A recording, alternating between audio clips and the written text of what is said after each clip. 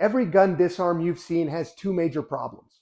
One, throughout the disarm itself, the muzzle direction remains pointed at the disarming person's body. And two, there's too much variation of response when the direction of the attack changes to build consistency in the movement, ensuring that both the muzzle is pointed away from you during the disarm while also applying maximum leverage. In today's video, I'll break down exactly what to do to avoid these issues to give you the best chances of surviving a close-range gun threat where disarm is possible. My name is Matt Soul, and I'm the director of Chu and Joe Self-Defense in Seattle, Washington. I've ran one of the best self-defense schools in the Northwest for the last 15 years. I've trained with some of the best people worldwide in defensive tactics.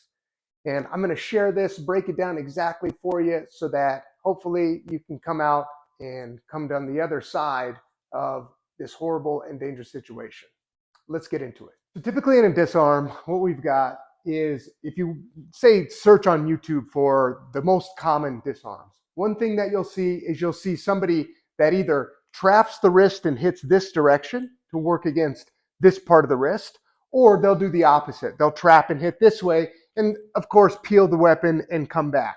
What's the issue with that? Well, part of the issue, even if it's done at full speed very, very quickly, the issue is that through this whole path, you're through your own body, right? So as that muzzle is rotating, it's on this half of my head or my chest or whatever it might be. So even that somebody that can take advantage of reduced reaction time capacity on the part of the shooter, you're still putting yourself in danger as you're engaging the weapon. So we're going to have that issue.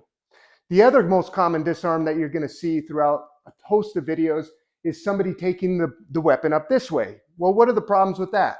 Through this entire pathway, again, my body is on line of sight of the pistol, of the muzzle direction.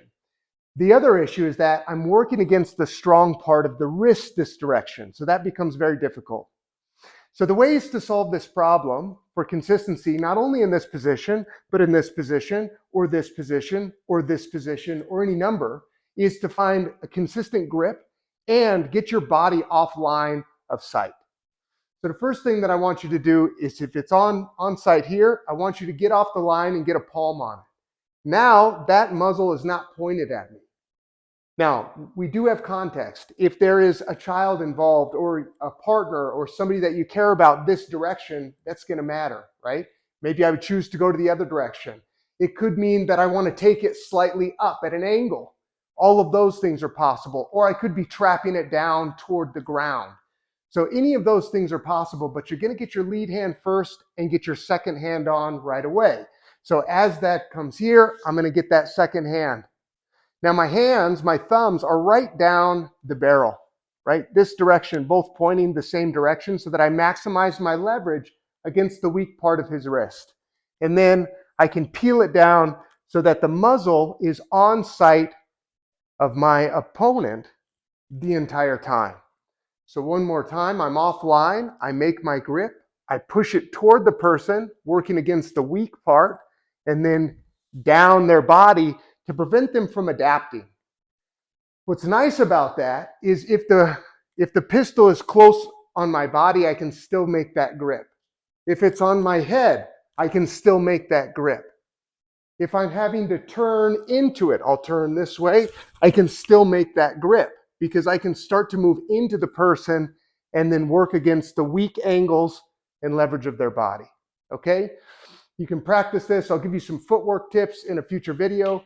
But right now, the best thing to do is just work for that top grip underneath and work on peeling and getting back to a covered position and getting that pistol back in the hand.